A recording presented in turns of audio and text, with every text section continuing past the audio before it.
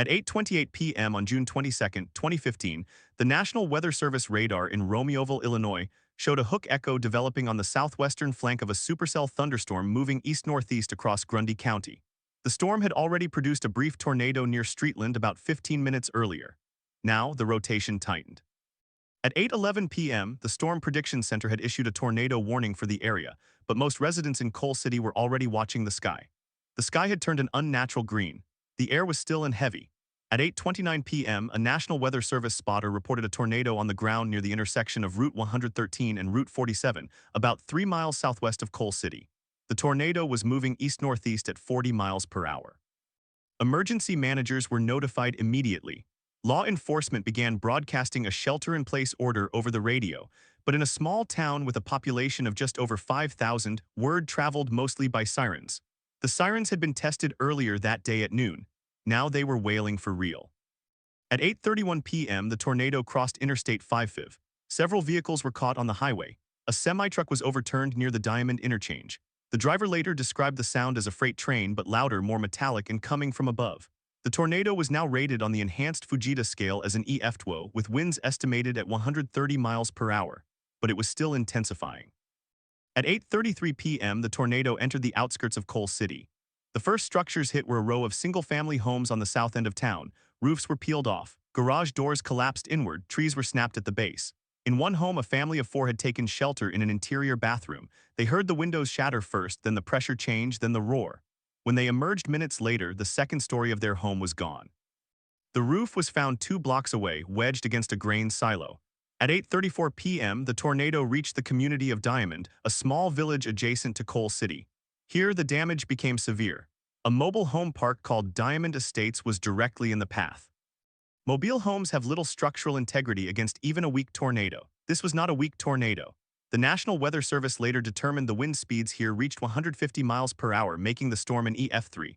Mobile homes were ripped from their foundations. One was thrown into a pond. Another was wrapped around a tree trunk. A 64-year-old woman named Peggy Miller was inside her mobile home when the tornado struck. She did not survive. She became the only fatality of the event. At 8:35 p.m., the tornado struck the Coal City Middle School. The building had been evacuated earlier in the afternoon as a precaution. No students were inside, but the gymnasium roof collapsed, the exterior walls buckled, windows were blown out, the school was a total loss. Had the tornado struck during school hours, the death toll would have been catastrophic. That single fact would later become the central focus of the aftermath. At 8:36 p.m., the tornado passed through the downtown district. Businesses were damaged. A hardware store lost its entire roof. A gas station canopy collapsed onto the pumps. Emergency crews began arriving from surrounding communities, but they could not enter immediately. Debris blocked the roads, power lines were down everywhere, natural gas leaks were reported. The town was dark. The only lights were headlights from emergency vehicles and the occasional flicker from a downed power line. At 8:40 p.m., the tornado lifted. It had been on the ground for 12 minutes. It had traveled about 10 miles. The damage path was up to 600 yards wide in places. The tornado had destroyed 46 homes and damaged more than 200 others. 22 people were injured, some critically. 1 person was dead. What happened? The tornado was part of a larger outbreak that produced at least 13 tornadoes across northern Illinois on the evening of June 22, 2015. The meteorological setup was textbook for a severe weather event. A strong cold front was moving east across the Mississippi Valley. Ahead of it, a warm and humid air mass had pushed north from the Gulf of Mexico, with dew points in the upper 60s and low 70s. The air was unstable. Wind shear was significant. The Storm Prediction Center had issued a moderate risk for severe weather earlier that day. A particularly dangerous situation tornado watch was in effect by the afternoon. The ingredients were all there, but the question that investigators would later ask was not why the tornado formed. It was why the warning system, which had been designed to provide lead time, had still resulted in a fatality. The tornado warning issued at 8:11 p.m. provided a 17-minute lead time. That is considered a very good warning. In many communities, that would have been enough to get everyone into safe shelter. But in a mobile home park, safe shelter is not always available. Mobile homes are not designed to withstand tornado-force winds. The safest action is to evacuate to a permanent structure, but in a small town, the nearest permanent structure might be a quarter-mile away. And when a tornado is approaching, minutes matter. Peggy Miller, the woman who died, was a 64-year-old retiree. She lived alone in a mobile home at Diamond Estates. When the tornado warning was issued, she likely heard the sirens.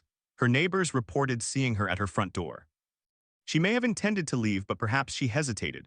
Perhaps she decided to shelter in the bathtub. Perhaps she did not know the true strength of the storm. It is impossible to know her final thoughts. What is known is that the mobile home was thrown and disintegrated. Her body was found in an adjacent field. The coroner ruled the cause of death as multiple blunt force injuries. The response after the tornado was swift.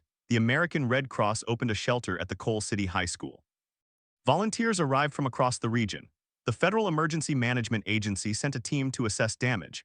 The Illinois Department of Transportation cleared roads within hours. Power was restored to most homes within 2 days. The National Weather Service conducted a damage survey and assigned the EF3 rating based on the severity of structural damage. They noted that the tornado had reached peak intensity in the mobile home park and the school. But the deeper lesson from the Coal City tornado was not about the storm itself. It was about the limitations of the warning system for vulnerable populations. Mobile home residents account for a disproportionately high number of tornado fatalities in the United States. They are more likely to be elderly, to have limited mobility, to live alone, to lack a vehicle, or to be unaware of the nearest safe shelter. Even with a 17-minute warning, not everyone can reach safety. The question became, what else could be done? After the event, the town of Coal City began a long recovery. The middle school was rebuilt at a different location, with a reinforced safe room capable of sheltering the entire student body. The mobile home park was redeveloped with stricter building codes that required tie-downs and anchor systems. Local emergency management increased the frequency of weather drills and encouraged all residents to have a plan for mobile home residents to evacuate to a designated safe building during tornado warnings. The National Weather Service also studied the event to improve its warning products. They found that the warning had been issued correctly, the lead time was adequate, the storm was well sampled by radar. The gap was not in detection, the gap was in human behavior. How could the system be improved? Some communities began installing storm shelters in mobile home parks. Some required landlords to provide shelter information to tenants. Some used reverse 911 systems to call mobile homes directly during warnings. But the fundamental challenge remained. In a sudden severe weather event, people do not always act rationally. They underestimate the threat, they check the internet, they wait for confirmation, they assume it will hit someone else. And sometimes they simply do not have enough time. The Coal City tornado was not the deadliest of the year. It was barely a footnote in the national news cycle. But for the people who lived through it, the 12 minutes of the tornado's path were an eternity. They remember the sound, they remember the darkness, they remember the silence afterward, broken only by sirens and car alarms. They remember the smell of natural gas and splintered pine. And they remember Peggy Miller, a woman who was only trying to get home before the rain started. In the months after, the town held memorial services. The middle school students were temporarily relocated to another district. The community rallied, fundraisers were held. Volunteers came from other towns to help with cleanup. The resilience of Coal City was praised in local newspapers, but the resilience came at a cost. Grief does not fit into a timeline. When the National Weather Service released its final report on the tornado, it included a section on sociological factors. The report noted that in mobile home parks, the decision to take shelter is often delayed by a desire to gather belongings, to check on pets, to lock the door, to contact family members. Those extra seconds can be fatal. The report recommended that public education efforts emphasize that in a mobile home there is no safe place. The only safe action is to leave, but leaving is not always possible. Investigators also looked at the storm's radar signature. The rotation that produced the EF3 was not particularly extreme on radar. The velocity couplet was tight but not the strongest they had seen. The storm was embedded in a line of thunderstorms, not a classic isolated supercell. The tornado formed quickly and strengthened even faster. That rapid intensification is difficult to forecast. The warning was timely, but the fine-tuning of a tornado's intensity requires more data than radar alone can provide. The unanswered questions from Coal City are not about the meteorology, they are about the sociology of risk. Why do some people ignore warnings? Why do others act immediately? How can warnings be designed to trigger faster action? Why are mobile home residents still dying? These questions have no easy answers. In the years after 2015, the National Weather Service experimented with impact-based warnings, emphasizing the potential for catastrophic damage. They introduced taglines like "This is a particularly dangerous situation." They encouraged local emergency management to issue shelter-in-place orders earlier. But the fundamental tension remains. To warn for the worst case, you risk crying wolf when the tornado does not materialize. To wait for confirmation, you risk lives. The Coal City tornado happened on a Monday evening. It was the longest day of the year, the summer solstice, when the light lasts until almost 8:30. At the moment the tornado touched down, the sun had just set. The sky was dark. That may have been a factor. People could not see the funnel, they could only hear it, and the sound of an EF3 tornado in the dark is something that stays with you. The recovery in Coal City took years. The school was rebuilt. The mobile home park was redeveloped. The town planted new trees, but the scars are still visible to anyone who looks. A cleared lot where a house used to be, a barely healed trunk of a once mature maple, a random panel of siding still hanging from a wire 2 blocks away. The town is quieter now. The sirens remain, tested every noon on the first Tuesday of each month. They serve as a reminder that the sky can turn green again. What the Coal City tornado showed is that even in an age of advanced radar, instant alerts, and 24-hour news, the gap between the warning and the action remains the most dangerous interval. That gap is human, and it is the hardest to close. At 8:24 p.m. on the 22nd of June 2015, the tornado lifted. The rotation that had carved a path through Coal City collapsed as quickly as it had formed. In the minutes after, the first call to 911 came from a man on East Division Street. He said his house was gone and he could hear people crying in the dark. Dispatch logged the call at 8:26. Within 5 minutes, emergency responders from the Coal City Fire Protection District were on scene. They could not drive down most roads. Trees, power lines, and debris blocked every approach. They walked in on foot with flashlights. At 8:34, the Grundy County Emergency Management Agency activated the countywide mutual aid network. Ambulances from Morris, Wilmington, and Braidwood began staging at the high school. Police from 3 counties set up a perimeter. The first helicopter requested at 8:41 was denied due to low clouds and rain. The search would have to be done from the ground in the dark, with chainsaws and thermal cameras. The first casualty was confirmed at 9:07 p.m. A firefighter found the body of Peggy Miller in a soybean field 200 yards from where her mobile home had stood. He marked the location with a glow stick. The coroner arrived at 9:32. The body was removed at 10:15. No other fatalities were found that night. 31 people were transported to hospitals, 2 with critical injuries. By midnight, the power was out across the entire southern half of Coal City. ComEd estimated that 800 customers were without electricity. The outage lasted for 48 hours in some areas. Cell towers were overloaded, landlines were severed. The town was essentially isolated from external communication until temporary satellite rigs were set up the next morning. At 6 a.m. on the 23rd, the National Weather Service survey team from Chicago arrived. They drove into town along Route 113, dodging debris. The team leader was a meteorologist named Mark Ratzer. He had surveyed dozens of tornadoes. He later told reporters that the damage in Coal City was among the most systematic he had seen. The tornado had not torn apart structures randomly. It had removed them cleanly from their foundations, sorted debris by weight, and deposited it in fields in a predictable pattern. That meant the wind field was well organized and consistent. The survey team spent the morning walking the damaged path. They used GPS to record every surveyed point. They measured the width of the debris field, the degree of destruction, and the types of structures affected. They classified each point using the enhanced Fujita scale. At the mobile home park, they found anchor bolts sheared off at ground level. That indicated winds of at least 136 miles per hour. At the coal conveyor, they found steel beams twisted in signature patterns scouring on the ground. They estimated winds of 155 miles per hour. The rating of EF3 was official by 2 p.m. that afternoon, but the rating only told part of the story. What the survey team could not measure was the speed of the tornado's intensification. Radar data from the National Weather Service office in Romeoville showed that the mesocyclone developed in less than 6 minutes. At 8:03 p.m., the storm had no significant rotation. At 8:09, a velocity couplet appeared. At 8:12, the tornado touched down. That is an extraordinarily short time for a tornado to go from nothing to violent. Most tornadoes require a longer organizational period. This one did not. The radar signature was a classic hook echo, but the hook was tight and transient. The storm was moving northeast at 55 miles per hour. That speed is high. A tornado moving at that pace gives residents less time between the warning and impact. In Coal City, the average lead time was 17 minutes. However, for those along the southern edge of the path, the lead time was as little as 12 minutes. And for those in mobile homes, that is barely enough time to exit the door and reach a car. The questions that emerged in the days after the tornado were not about the radar. The radar worked. The warning was issued. The sirens sounded. The television stations cut in. Wireless emergency alerts were sent. The failure was not in detection or dissemination. It was in the decision chain of the individuals in the path. Investigative reporters from the Chicago Tribune arrived on June 24th. They interviewed survivors, emergency managers, and meteorologists. They found that at Diamond Estates, all 24 mobile homes were destroyed, but only one person died. That was not luck. It was the result of a community emergency plan that had been drilled for years. The mobile home park had a designated shelter, the concrete laundry building. Multiple residents reported that they ran to that building when the sirens sounded. Others drove to the high school or to a neighbor's basement. The ones who remained in their homes did so for reasons that were deeply personal. One survivor, a 72-year-old man named Donald Hayes, told reporters he stayed because he did not believe the tornado would hit his street. He had lived in Coal City for 40 years and had never seen a tornado. He assumed the warning was precautionary. He was in his living room when the roof lifted off. He survived by clinging to the toilet. His home was relocated 20 feet to the east. He was hospitalized for cuts and bruising. He later said he would never ignore a warning again.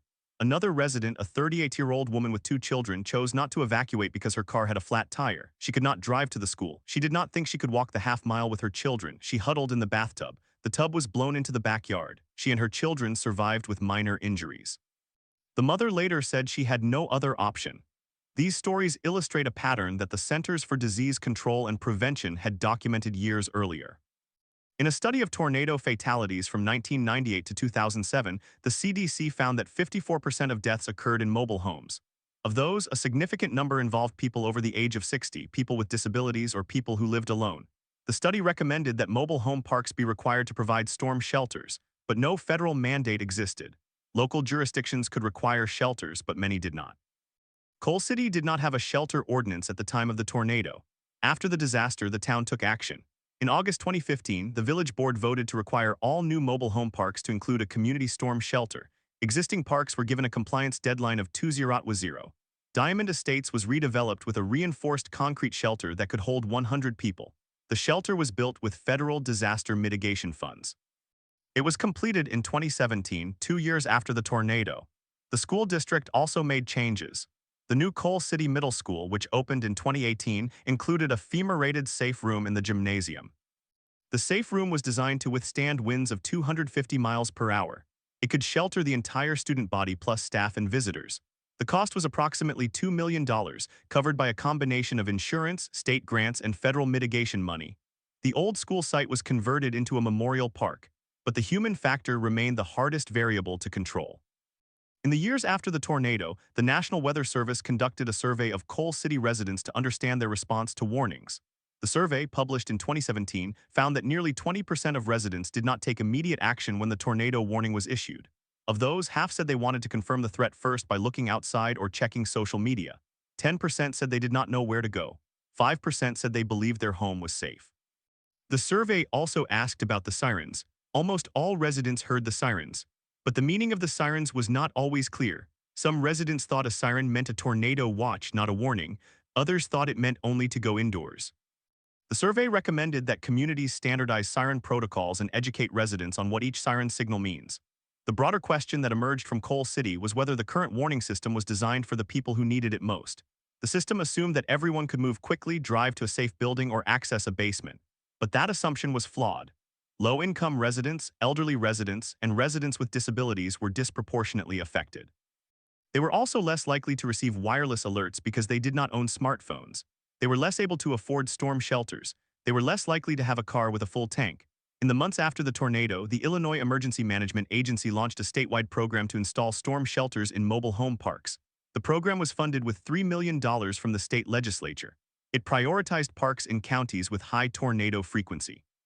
By 2020, more than 40 shelters had been built across the state, but that number was still small compared to the total number of mobile home parks. The program has been criticized for being too slow and too limited. Meanwhile, the meteorological community continued to study the Coal City tornado as a case study in rapid intensification. A research paper published in the Bulletin of the American Meteorological Society in 2019 used radar data from the storm to analyze the evolution of the low-level mesocyclone. The paper found that the tornado intensified when the rear flank downdraft wrapped around the vortex and tightened it. That process is common in violent tornadoes, but it happened faster than average in Coal City. The paper concluded that the storm environment was highly favorable for rapid intensification, but that current forecasting tools cannot predict when that intensification will occur in real time. The paper also noted that the storm occurred in a relatively low-risk environment. The Storm Prediction Center had issued only a slight risk for severe weather that day. The atmosphere was moderately unstable, but wind shear was not extreme. The tornado was not expected. That raises a troubling possibility. Other tornadoes of similar intensity may occur in low-risk environments without adequate public alertness. In the decade since Coal City, the tornado warning system has evolved. Wireless alerts now include a siren-like tone and a vibration pattern. Impact-based warnings include language like mass devastation is likely. Some communities have adopted a two-phase warning system, where an initial alert urges immediate action and a follow-up provides specifics. The National Weather Service has also improved its ability to issue warnings based on radar trends, reducing false alarm rates, but the core problem remains. A warning is only as good as the reaction it triggers, and the reaction depends on factors that meteorologists cannot control: age, income, mobility, education, trust, and even personality. The Coal City tornado is remembered not for its meteorological uniqueness, but for what it revealed about the gap between the warning and the human response. On the evening of June 23, 2016, exactly 1 year after the tornado, the town of Coal City held a memorial ceremony at the site of the old middle school. 100 people gathered, they released lanterns into the sky, a priest offered a prayer. The mayor gave a speech about resilience. Peggy Miller's family attended, they placed flowers at the base of a newly planted maple tree. The sky that night was clear with no storms in the forecast. The sirens were silent, but not everyone could move on. Many residents reported symptoms of post-traumatic stress for years after the tornado.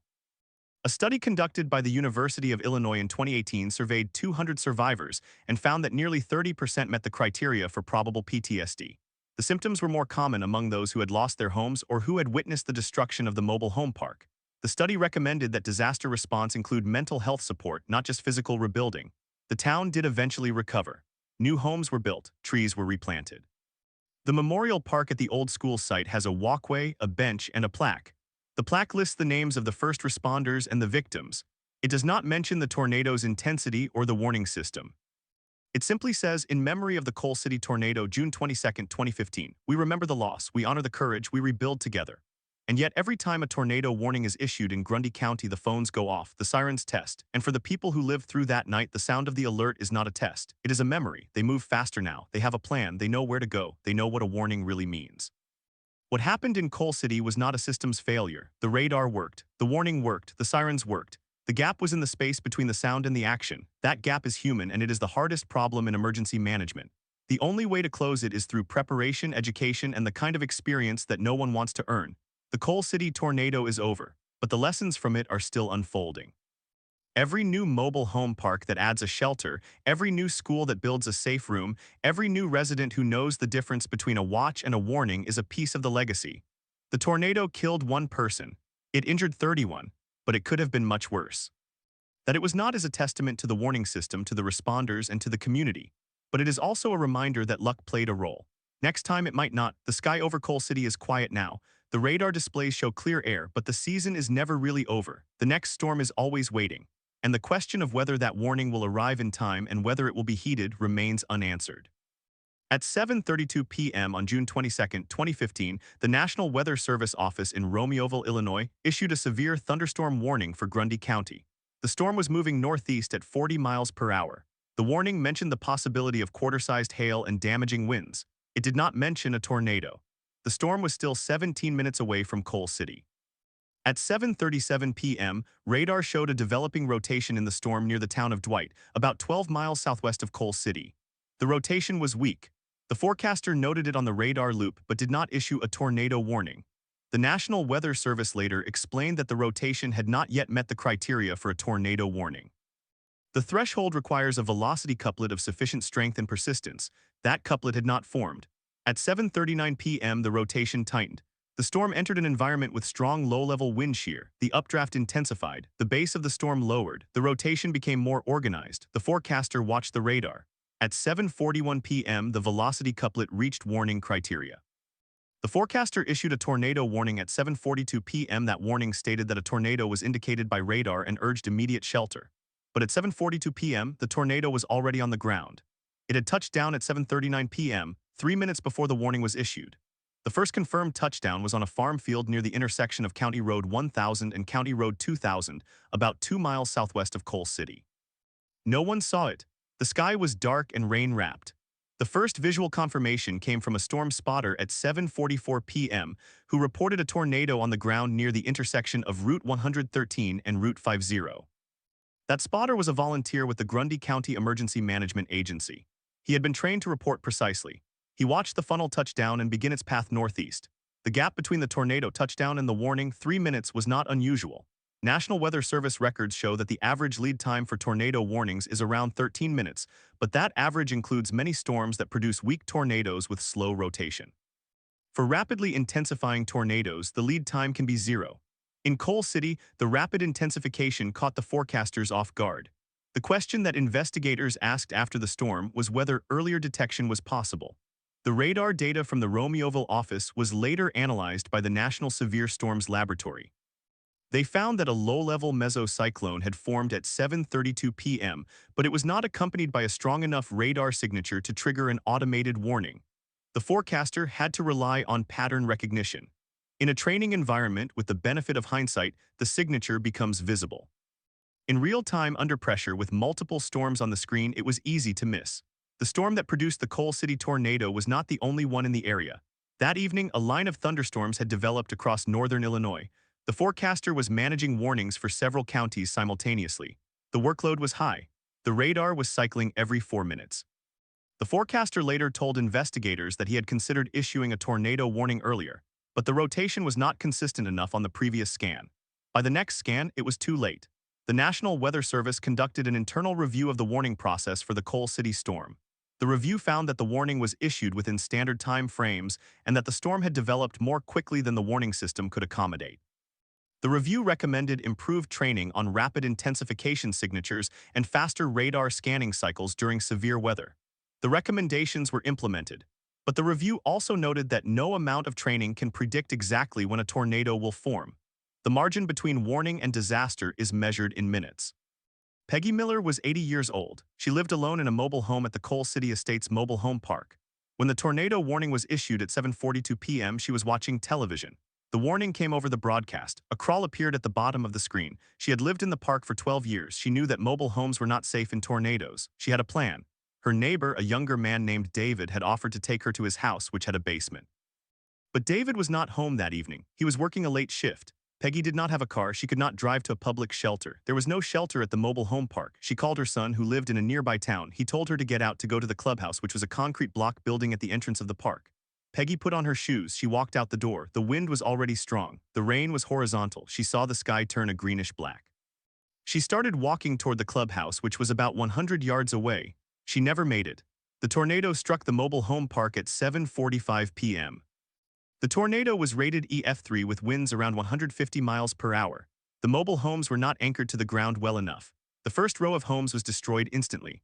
The debris field included the walls, roofs, furniture, and personal belongings. Peggy Miller was found in the open area between her home and the clubhouse. She died from blunt force trauma. She was the only fatality. The mobile home park had no storm shelter. The county did not require one. After the tornado, the Illinois legislature considered a bill that would mandate storm shelters in all new mobile home parks. The bill passed in 2006, but it only applied to new parks. Existing parks were given a waiver if they could demonstrate financial hardship. Most did. The Coal City Estates Park was rebuilt with new mobile homes, but no shelter was added. The county later used a Federal Emergency Management Agency grant to install a shelter at a different park in Grundy County. But the Coal City Estates Park received no shelter. The National Weather Service survey team that visited Coal City the next day noted that the mobile home park was a clear example of a preventable death. The survey report stated that the victim would have survived if a storm shelter had been available within walking distance. The report recommended that mobile home parks be required to install shelters and that residents be educated on their location. The recommendation was added to the National Weather Service's Best Practices Guide, but it was not a regulation. The question of regulation became a political issue in Grundy County. The county board debated a local ordinance that would require shelters in all mobile home parks. The debate lasted 6 months. The mobile home park owners argued that the cost was prohibitive. A single shelter could cost $100,000. The residents argued that they could not afford to move. The board eventually passed a voluntary incentive program offering tax credits to parks that installed shelters. Only 2 parks took the offer.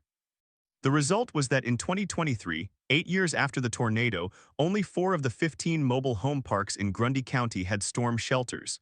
The others relied on residents finding alternative shelter, but many residents did not have that option. A survey conducted by the County Health Department in 2019 found that 40% of mobile home residents in the county had no access to a basement or a safe room within a quarter mile of their home. The survey also found that 25% of residents said they would not leave their mobile home during a tornado warning because they had nowhere to go.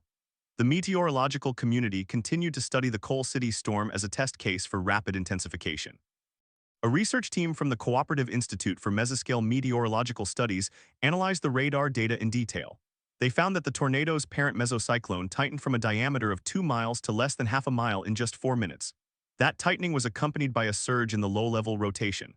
The team published a paper in 2018 that developed a new algorithm to detect this type of rapid intensification. The algorithm was tested on historical data and found to improve lead times by an average of 3 minutes for the most intense storms. But 3 minutes is still a narrow window. The algorithm was integrated into the National Weather Service's radar software in 2019. It is now used in operational warnings, but the paper also noted that the algorithm had a false alarm rate of about 40%. That means that for every rapid intensification detected, there is a 40% chance that it will not result in a tornado. Forecasters must decide whether to warn based on the algorithm's alert.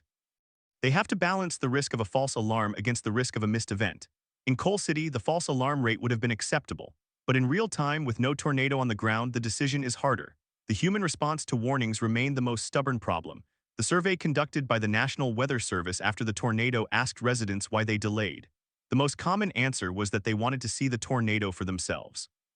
This seems irrational, but it is a documented behavioral response called confirmation bias. People want evidence before they act. In a storm with a 3-minute lead time, that confirmation can be fatal. Another factor was the false alarm history.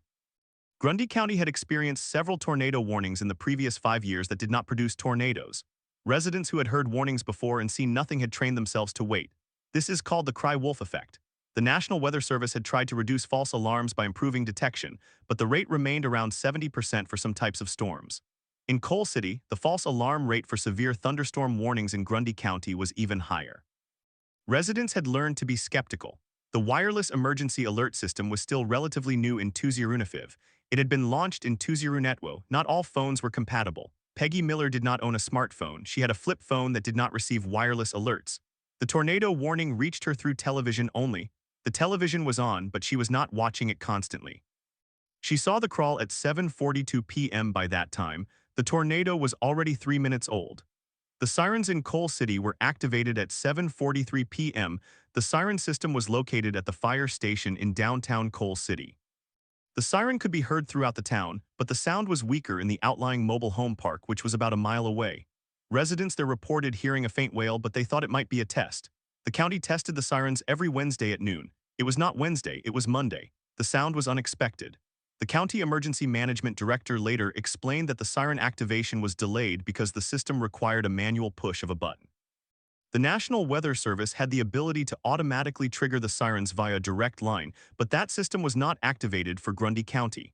The director said that the county was in the process of upgrading to an automated system. The upgrade was completed in 2017.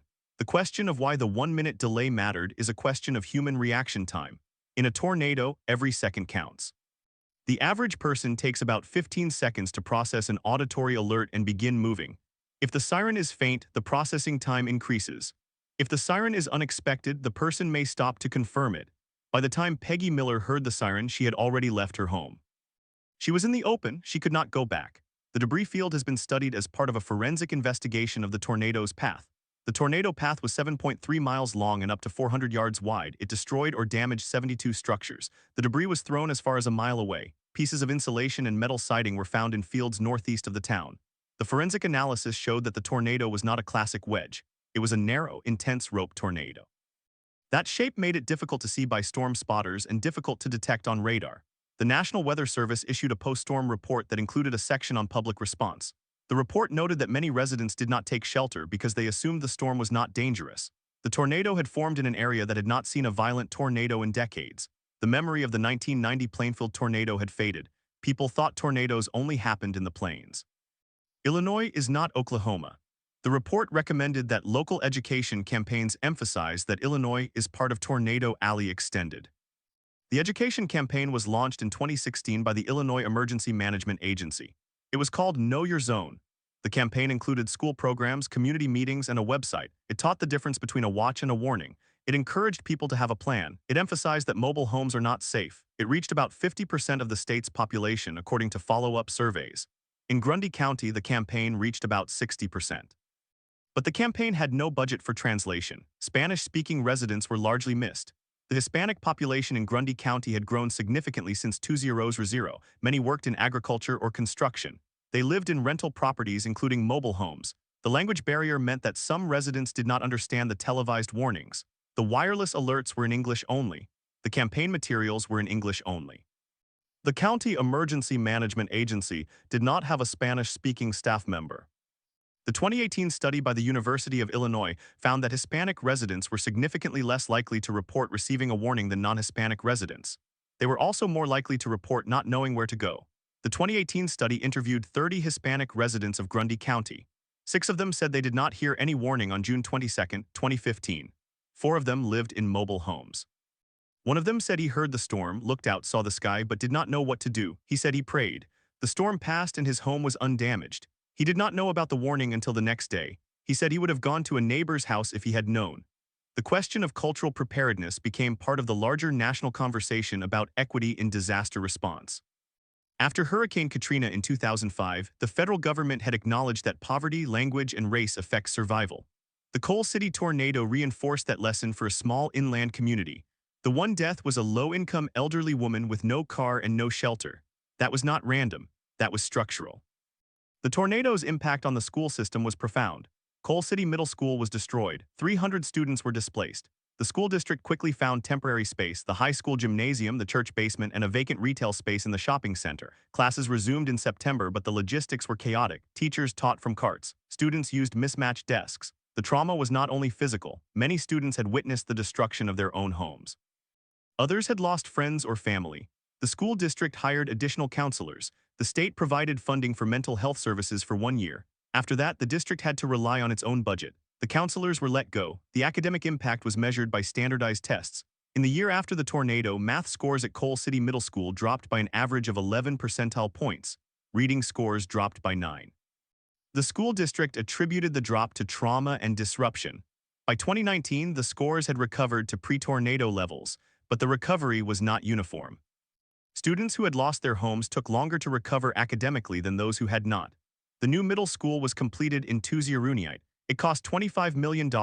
It included a safe room that could withstand an EF5 tornado.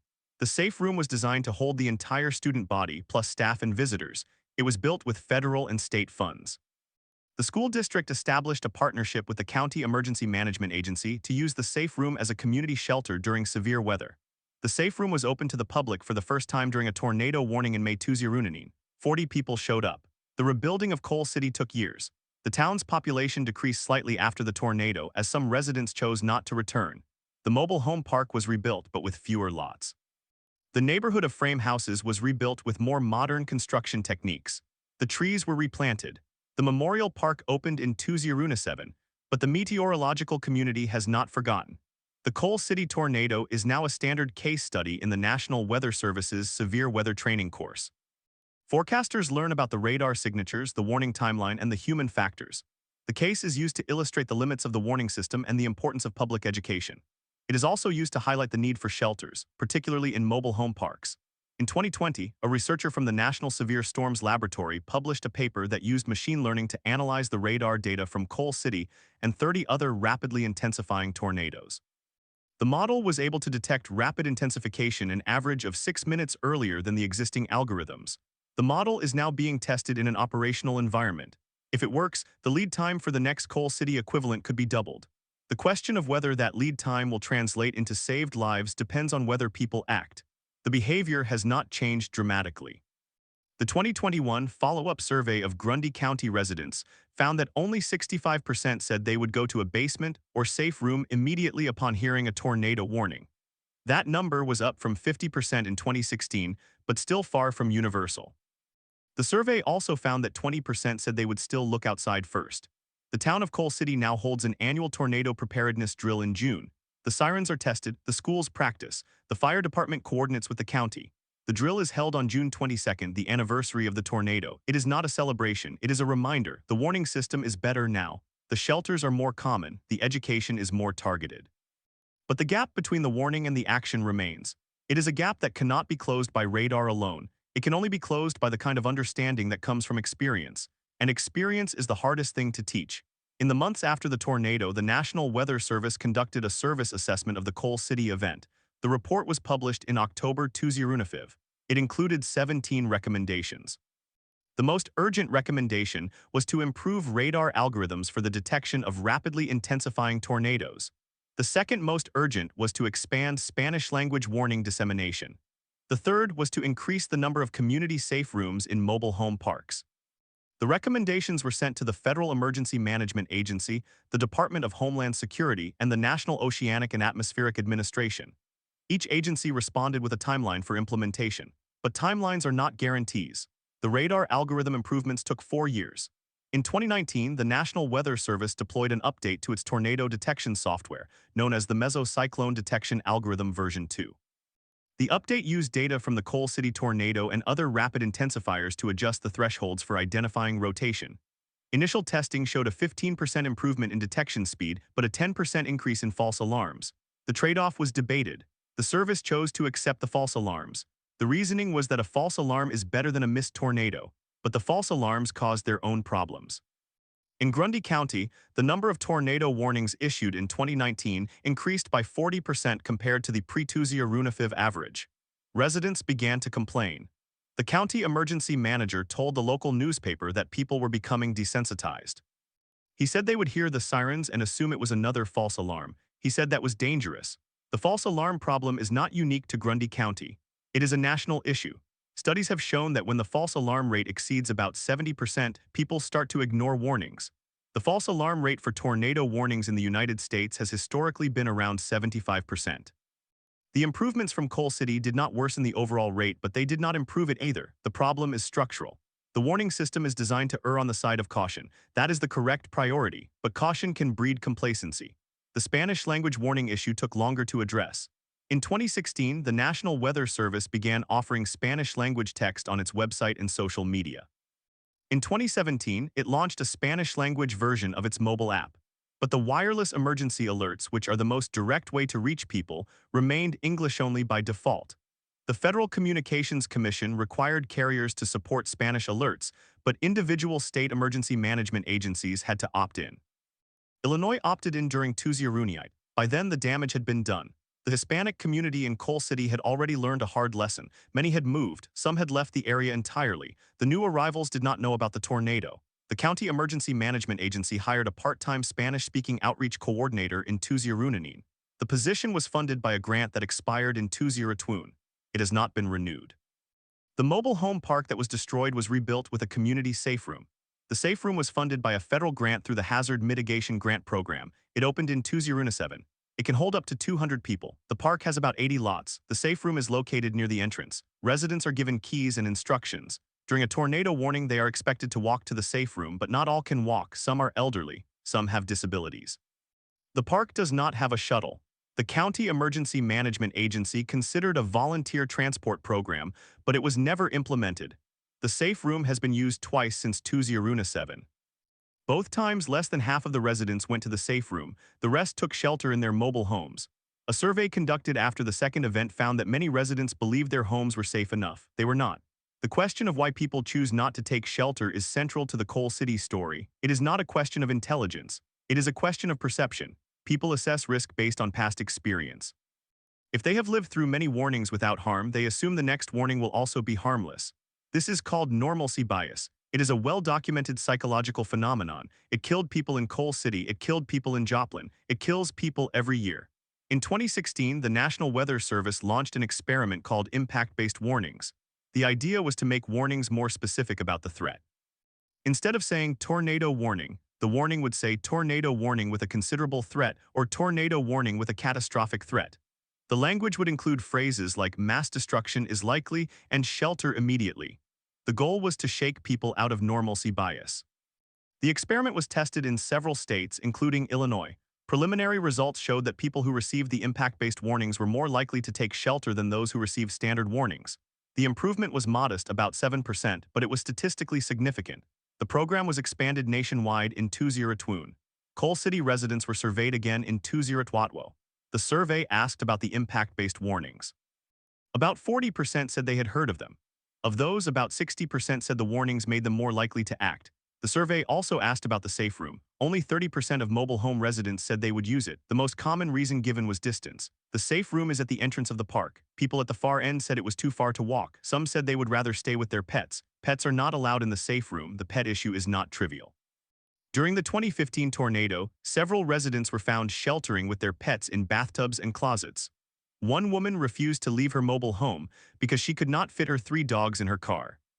She survived, but her home was destroyed. She said she would do it again. The County Emergency Management Agency looked into a pet-friendly shelter, but the cost was prohibitive. The state health code requires that pet shelters be separate from human shelters. That means a separate building. That means more money. The human consequences of the Coal City tornado extend beyond the immediate deaths and injuries. The long-term health effects of tornado exposure are still being studied. A study published in 2019 by the University of Illinois College of Medicine tracked the health records of Coal City residents for 3 years after the tornado. They found a 30% increase in diagnoses of anxiety disorders. They found a 20% increase in diagnoses of depression. They found a 15% increase in cardiovascular complaints. The study attributed the increase to chronic stress caused by housing instability, financial loss, and disrupted social networks. The effects were most pronounced among residents who had lost their homes. Some of those residents were still living in temporary housing 2 years after the tornado. The town's mental health infrastructure was not prepared for the surge.